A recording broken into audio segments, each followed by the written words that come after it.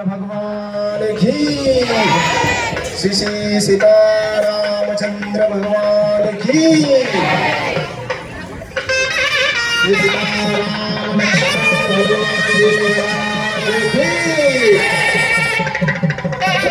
श्री राम, जय श्री राम।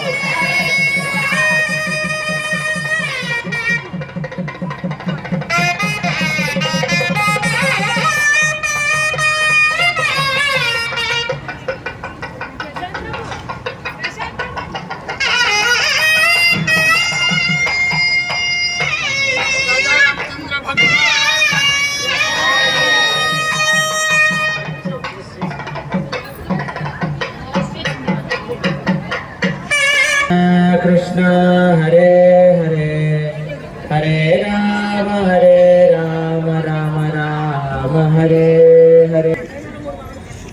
అంటే పెళ్లి వాళ్ళే కదండి బయట నుంచి వచ్చేది, పెళ్లి కొడుకు వాళ్ళు కాబట్టి ఆయన రాముడి వైపు ఉన్నాం, ఇక్కడ మనం చేయిస్తున్నాం కాబట్టి మనం సీతమ్మ వారి వైపు. ఎంతమంది సీతమ్మ వారి వైపు ఉన్నారు?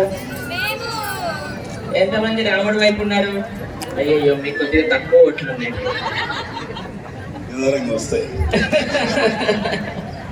మేము చాలా రోజుల నుంచి సీతమ్మ వారి వైపు నుంచి మాట్లాడాలి అని అనుకునే వాళ్ళం, కానీ ఎప్పుడు మాకు ఛాన్స్ ఇవ్వలేదు. అందరు అనేవాళ్ళు మేము సీతమ్మ వైపు నుంచి మాట్లాడతాను, రాముడి వైపు నుంచి మాట్లాడు. మేము వీళ్ళ పార్టీలో ఉన్నా సరే వాళ్ళ వైపు నుంచి ప్రమోషన్ చేశాం ఇన్ని రోజులు. కానీ ఈరోజు మళ్ళీ మనకి ఒక ఆపర్చునిటీ వచ్చింది. మేము సీతమ్మ వైపు నుంచి, నిత్యముక్త ప్రభు రాముల వారి వైపు నుంచి మాట్లాడే ప్రయత్నం చేస్తారు. స్వామి యొక్క గుణగణాలు, అటు అమ్మవారి యొక్క గుణగణాలు తెలుసుకునే ప్రయత్నం చేస్తాం. ఓకేనా? అసలు ఎలాంటి లక్షణాలు ఉన్నాయి అని బాగా ఆరాధిస్తారు కదండి. అప్పుడే కదండి మీ కూతురికి ఇచ్చి పెళ్లి చేశారు. కాబట్టి మన రామచంద్రమూర్తికి అసలు యోగ్యుడా మన సీతమ్మ తల్లి, బంగారు తల్లిని ఇవ్వడానికి అని ఒకసారి అసలు వాళ్ళ వైపు ఏమి లక్షణాలు ఉన్నాయో ఒకసారి తెలుసుకునే ప్రయత్నం చేద్దాం. అయ్యా, మీ రాముడికి ఏదన్నా మంచి లక్షణాలు ఉన్నాయా? మా సీతమ్మ తల్లి అయితే బంగారు తల్లి. మా రాముడు బంగారు రాముడు, లోకాభిరాముడు, చెప్పాలంటే సకల సద్గుణ సంపన్న రాముడు. ఈ సృష్టిలో ఎన్ని లక్షణాలు అయితే మనం చెప్తామో ఆ సకల లక్షణాలన్నిటికీ కూడా ఆది మూలమైనటువంటి వాడు. అందుకని భగవంతుడి యొక్క, శ్రీరామచంద్రుడి యొక్క సకల లక్షణాలని వాస్తవంగా మేము రాముడి తరపు వాళ్ళమే అయినా ఆయన లక్షణాలని ఎన్ని ఎన్నలేనని లక్షణాలు మేము చెప్పడానికి అర్హులం కాకపోయినా పార్టీ పక్కన ఉన్నాం కాబట్టి ఆయన లక్షణాలను చెప్పేటువంటి ప్రయత్నంలో భాగంగా అనేక లక్షణాలు భగవంతుడు చూపించాడు. అందులో ప్రత్యేకించి దయాలక్షణం రాముడికి అత్యంత ఎక్కువగా ఉంది అని చెప్పేసి ఆచార్యులు చెప్పగా విని మేము నేర్చుకున్నది ఏమిటంటే, భగవంతుడు రాముడు శ్రీరామచంద్రుడు అత్యంత దయామయుడు. అది ప్రధానమైన లక్షణంగా మేము చెప్తున్నాం. సరే, వీళ్ళు అంటున్నారు రాముడు దయామయుడు అని అంటున్నారు. మనకి శ్రీరంగము అనే ఒక దివ్య దేశం ఉన్నది. తెలిసిన మీకు ఎంతమంది వెళ్ళారు శ్రీరంగానికి? మనం వచ్చే సంవత్సరం శ్రీరంగానికి యాత్రగా వెళ్ళబోతున్నాం. ఆ శ్రీరంగ క్షేత్రంలో ఒక గొప్ప భక్తుడు ఉన్నారు, పరాశర భట్టర్. వారు స్వామి కంటే అమ్మవారిని చాలా భక్తితో సేవిస్తూ ఉండేవారట. అయితే ఒకసారి రంగనాథుడు అనుకున్నాడట, ఈయన ఎప్పుడు కూడా అమ్మవారి దగ్గరికి వెళ్తూ ఉంటాడు, నా దగ్గరికి ఎందుకు రాడు? నేను కూడా అమ్మవారిలా వేషం వేసుకుని ఉంటే నా దగ్గరికి వస్తాడేమో అని వైకుంఠ ఏకాదశి బ్రహ్మోత్సవాలలో ఒకరోజు ముందు స్వామికి అమ్మవారిలా అలంకరణ చేస్తారనమాట. అమ్మవారిలా చీర కట్టుకొని, అమ్మవారిలా కొప్పేసి, అమ్మవారిలా నగలు పెట్టుకొని రంగనాథుడు అన్నాడట ఆ పూజారులతో, ఇప్పుడు పరాశర భట్టర్ని పిలవండి అని అంటే పరాశర భట్టర్ వచ్చి చూసి, అంతా బాగా మా అమ్మవారిలాగా వేషం కట్టుకున్నావు కానీ ఒక్కటి నీ లోపల మిస్సింగ్ అని అన్నాడని. అయ్యో ఏమైందిరా, అంతా అమ్మవారు ఎలా ఉంటారో అలానే నేను ఉన్నాను కదా అని అంటే, మీ మేకప్ ఆర్టిస్ట్ వెయ్యని ఒక విషయం ఉండింది, అది మా అమ్మ కరుణ దయ కలిగిన నేత్రములు నీకు లేవు అన్నాడు. కాబట్టి మా ఆచార్యులు చెప్పారు, అమ్మవారి యొక్క దయ ముందు స్వామి దయ అంతింత మాత్రమే. ఎందుకనంటే స్వామి ఆ దయాగుణాన్ని అర్ధాంగిగా అర్ధ భాగం ఒకటి ఇచ్చాడు కాబట్టి అక్కడ ఎక్కువైపోయింది, అందువల్ల స్వామిలో తక్కువైంది. సో అందువల్ల ఏమిటంటే స్వామి దగ్గర ఉన్నటువంటి దయాగుణాన్ని పుణికి పుచ్చుకున్నటువంటి అమ్మవారు స్వామి కన్నా ఎక్కువగా దయాగుణం కలిగినటువంటిది అందరి చేత కీర్తించబడుతుంటే అది స్వామికి ఎంతో ఆనందం. అందువల్ల అమ్మవారు ఎక్కువగా దయాగుణంగా కీర్తించబడుతుంది. ఎందుకంటే అది విని స్వామి ఎక్కువ సంతోషపడతారు. ఆ సంతోషం అనేటువంటి విషయానికి వస్తే రాముడు ఆనంద రాముడు, రామ అనే పదంలోనే ఆనందం ఉంది. రమంతే యోగినో అనంతే సత్యానంద చిదాత్మని ఇది రామ పదేనాసో పరబ్రహ్మ విధేయతే అన్నారు. అందరూ ఆనందం కోసం ఎదురు చూస్తున్నారా లేదా? ఈరోజు ఈ పందిరిలోకి వచ్చిన ఆనందం కోసమా కాదా? మరి ఆనందానికి ప్రతిస్వరూపమైనటువంటి రాముడు ఎక్కడున్నాడు? ఇక్కడ ఉన్నాడు. కాబట్టి అందరూ ఏ వైపు ఉండాలి? రాముడు చిన్నగా తిరుగుతున్నాడు చూడండి. ఏమంటున్నారు? రాముడు ఆనందం ఆనందం అంటున్నారు, కానీ మా సీతమ్మ తల్లి లేకపోతే ఆ రాముడే ఏడ్చుకుంటూ ఏడ్చుకుంటూ మొత్తం అరణ్యం అంతా తిరిగారు. సీతేది సీతేది సీతేది. నిజంగానే ఆనందం ఉంటే మరి అప్పుడు కూడా ఉండాలి కదా ఆనందంగా. ఈ విషయానికి వస్తే ఖచ్చితంగా ఒప్పుకోవాల్సిందే. ఎందుకంటే మనకు ఒక పాయింట్ వచ్చింది. ఖచ్చితంగా రాముడు ఎంతో ఆనందంగా ఉండేటువంటి రాముడు సీతాదేవి దూరం అయ్యేసరికి బాధపడ్డాడు. కానీ బాధ విషయం మీరు చెప్తున్నారు కదా, ఆ బాధ విషయం నేను చెప్పాల్సింది ఏంటంటే సీత దూరం అయిందనేటువంటిది రాముడు ఎంత బాధపడ్డాడో రాముడు దూరం అయినటువంటి సీత కూడా అంతే విధంగా బాధపడింది. అలా బాధపడిన సీతకి ఆనందం కలిగించిన విషయం ఏంటో తెలుసా? ఆ రామచంద్రుడి కథ హనుమంతుడు చెబితే అప్పుడు ఆనందాన్ని పొందింది. బాధపడే సీతకు కూడా ఆనందాన్ని కలిగించింది ఎవరు? శ్రీరామచంద్రుడు. రామ కథ. ఇంకొక విషయం చెప్తాను. ఎప్పుడైతే హనుమ ఈ కథ వినిపించాడో సీతమ్మ తల్లి హనుమకి చెప్పిందట, రాముడికి చెప్పు, ఒక నెల వెయిట్ చేస్తాను, ఒక నెల వరకు రాముడు వస్తే మంచిది అని చెప్పు అని హనుమకి చెప్పి పంపిస్తే హనుమ వెళ్ళి రామచంద్రమూర్తికి చెప్పారట, సీతమ్మ తల్లి ఒక నెల రోజులు వెయిట్ చేస్తుందట, నీకోసం అంత లోపల కాపాడు అని. అప్పుడు రాముడు ఏమన్నాడో తెలుసా అండి?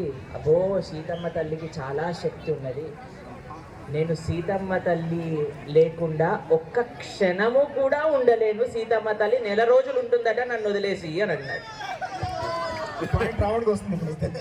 రాముడికి కాదు, సీతమ్మ తల్లి ఒక గొప్పతనం. ఎందుకో చెప్తాను.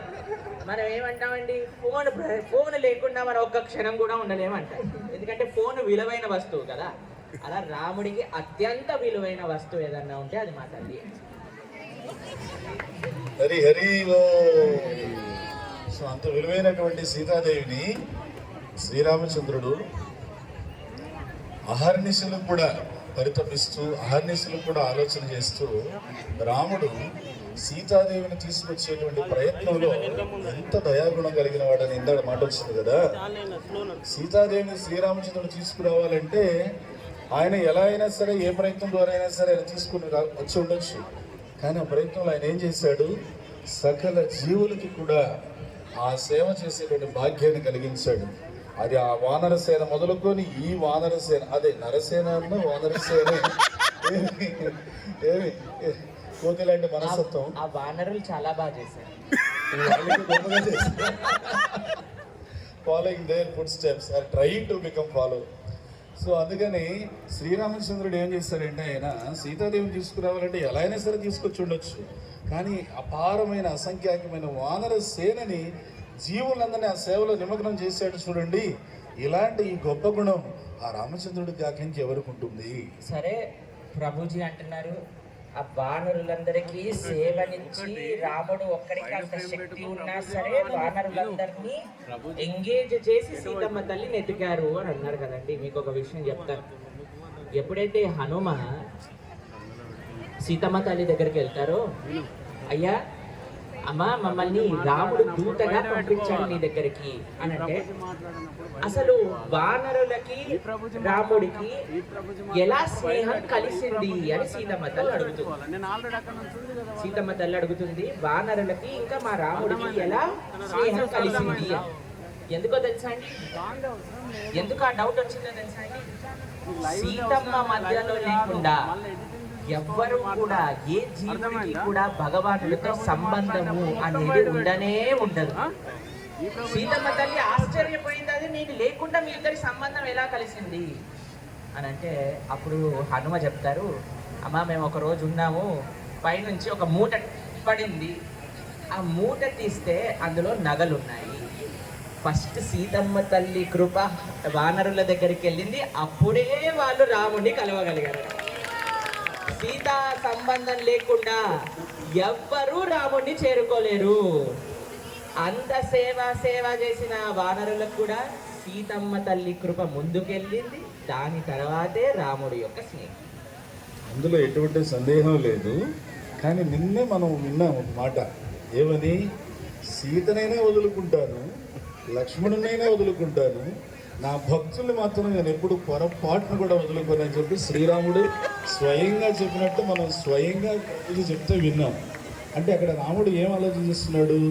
సిరికింజప్పుడు శంఖచక్రం చేదోయి సంధింపుడు శ్లోకం ప్రకారంగా తన భక్తులు రక్షణ కోరుతున్నారు అని అంటే ఆ సమయంలో ఆయన ఉన్న బలంగా వెళ్ళిపోతాడు. అంటే ఆర్తత్రాణ పరాయణ అనేటువంటి ఆ విషయానికి వస్తే, భక్త రక్షణ, భక్త పోషణ అనేటువంటి విషయానికి వస్తే, భగవంతుడు ఈ విషయంలో ఇంత ఆదర్శప్రాయంగా, నాకు భక్తులంటే ఎంత ముఖ్యం, సీతాదేవి లక్ష్మణుడైనా వదులుకుంటాను కానీ నా భక్తులను వదులుకోను అంటాడు. చూసారా, మన రాముడు మన కోసం ఎవరినైనా వదులుకుంటాడంట, మనం వదులుకోడంట. చెప్తారు అసలు మనందరం భక్తి మార్గంలోకి వచ్చిందే సీతమ్మ వారి దయ వల్ల. ఆ సీతమ్మ వారి దయ లేకుండే మనం భక్తులం అవుతామా? లాదిని శక్తి రాధారాణి యొక్క కృప వల్లే కదా కృష్ణ భక్తి లభించేది. రాధారాణి యొక్క స్వరూపమైన గురువులు మనకు వచ్చి చెప్తే కదా మనం భగవంతుని ఆశ్రయించింది. కాబట్టి భక్తులు యొక్క మహాత్మ్యం ఎందుకు పెరిగింది అని అంటే, అది సీతాదేవి నుంచే వస్తుంది. కాబట్టి సీతాదేవి నుంచి వచ్చినటువంటి మహాత్మ్యం ఏదైతే ఉందో, ఆ మహాత్మ్యం సీతాదేవికి ఎక్కడి నుంచి వచ్చింది అని అంటే శ్రీరామచంద్రుడి నుంచే వచ్చింది. మనమే విన్నాం కదా, కృష్ణ వామన సంభవాత. రాధారాణి ఎక్కడి నుంచి వచ్చింది? కృష్ణుడి యొక్క వామభాగం నుంచి ఉద్భవించగానే ఆమె తన యొక్క శక్తి స్వరూపాలుగా లక్ష్మీదేవి, సీతామహాలక్ష్మి, ద్వారకారాణులు ఇట్లా విస్తరించింది. కాబట్టి ఆ భగవంతుని యొక్క సేవని నిరంతరం కూడా చేయడానికి ఆ భగవంతుని నుండే వచ్చినటువంటి భగవత్ స్వరూపిణిగా సీతాదేవిని చెప్తాం కనుక, ఆ భగవంతుని యొక్క సేవా భావం అనేటువంటిది భగవంతుడి నుంచే తీసుకున్నది అని చెప్తాం. ప్రభుజీ రాముడి యొక్క వైభవాన్ని చెప్తూ ఎక్కడో మనం గౌడీయ వైష్ణవులు అని గుర్తుపెట్టుకోవట్లేదేమో అనుకుంటున్నాం. మనము కృష్ణుడు భగవంతుడు అని ఆరాధన చెయ్యము. రాధారాణి పక్కనున్నాడు కాబట్టి మాత్రమే పూజ చేస్తారు. రాధారాణి పక్కనున్నాడు కాబట్టి కృష్ణుడిని పూజ చేస్తాం. కాబట్టి మీకు తెలుసు కదా, కృష్ణుడే వెళ్ళి రాధారాణి యొక్క పాదాలపైన శిరస్సు పెట్టి వేడుకున్నాడు. ఎవరు వేడుకుంటారండి? ఎవరైతే పై చెయ్యో వాళ్ళకనే కదా వేడుకునేది. కాబట్టి ఎన్ని రకాలుగా చూసినా, మీరు ఎంత డిఫెండ్ చేసినా మా సీతమ్మనే గొప్పది. వాస్తవం ఏమిటంటే, సీతమ్మ అంత గొప్పది అని చెప్పి అందరి చేత కీర్తించబడాలి అనేటువంటి అభిలాష, అభీష్టం ఎవరిది అంటే శ్రీరామచంద్రుడిది. ఎందుకని తన కోసం అంత సేవ చేస్తుంది కాబట్టి సీతమ్మే గొప్పది, సీతమ్మ దయలేనిదే ఎవరు నా దగ్గరికి రాలేరు అనేటువంటి ఆ వైభవాన్ని సీతాదేవికి ప్రసాదించింది ఎవరు? శ్రీరామచంద్రుడు. అందుకని సకల గుణాభిరాముడైనటువంటి శ్రీరాముడే గొప్పవాడు. ఇంకొక విషయం చెప్తాను, ఇది చెప్పి ఆపుదాం మనం ఇక్కడ. లవకుశులు ఇద్దరు కూడా వచ్చారు కదండి రామాయణాన్ని వినిపించడానికి. రాముడు ఎక్కడో కూర్చున్నాడట. లవకుశులు రామాయణం చెప్తూ ఉంటే అలా అలా అలా అలా కిందికి వచ్చి అందరి లోపల కలిసిపోయి వింటూ ఉన్నాడట రామాయణాన్ని. మీరు చూడండి, మన గొప్పతనం మనం వింటూ ఉండి చాలా నేను ఇంత గొప్పవాడిని అని అనుకుంటే అది మంచి లక్షణమా చెడు లక్షణమా? ఆ? కానీ రాముడు ఎందుకండి ఆయన వైభవాన్ని చెప్తూ ఉంటే అంతగా ఆస్వాదిస్తున్నారు? ఆయన వైభవాన్ని ఆస్వాదన చేయట్లేదు. రామాయణాన్ని సీతాయాశ్చరితం మహత్ అని అంటారు. అది సీతమ్మ తల్లి వైభవమే మొత్తం రామాయణం కాబట్టి రాముడు అంత తీక్షణంగా విన్నాడు. హరి హరి ఓ కాబట్టి అటు సీతమ్మ తల్లి యొక్క గొప్పతనం, ఇటు రామచంద్రమూర్తి యొక్క గొప్పతనం, ఇద్దరు గొప్పవాళ్ళే. అందరికంటే గొప్పవాళ్ళు వాళ్ళని ఆశ్రయించిన వాళ్ళు. మనం వాళ్ళిద్దరిని కలిపి వాళ్ళిద్దరిని ఆశ్రయించడానికి ఇక్కడికి వచ్చాం. ఎంతమంది ఇక్కడ భగవంతుడిని ఆశ్రయించడానికి, భగవంతుడికి శరణాగతి చేయడానికి వచ్చారు? చేయొద్దండి. చాలా సంతోషం. మన అచ్యుత స్వామి అలానే సద్గుణ స్వామి వీరిద్దరూ కలిసి మన కళ్యాణ మహోత్సవ కార్యక్రమాన్ని విశ్వక్సేనారాధన పుణ్యాహవాచనం అనే కార్యక్రమంతో ప్రారంభం చేస్తారు. అందరూ చక్కగా సెటిల్ అవ్వండి. మీకు ఒక కూలర్ మీ దగ్గర వరకు వస్తుందో రాదో అని మీకు ఒక ఈకో ఫ్రెండ్లీ కూలర్ ఇచ్చారు. దాన్ని మిమ్మల్నే విసురుకోండి, పక్కనున్న వాడికి కొద్దిగా దెబ్బలు తగిలించకుండా జాగ్రత్తగా కార్యక్రమంలో పాల్గొనండి. ఇప్పుడు మంత్ర ఉచ్చారణలతో అలానే మంగళ వాయిద్యములతో చక్కటి మధ్యలో మేము కళ్యాణ వైభవాన్ని అప్పుడప్పుడు చెప్తూ ఉంటాము. ఇప్పుడు విశ్వక్సేనారాధన పుణ్యాహవాచనం అయిపోయాక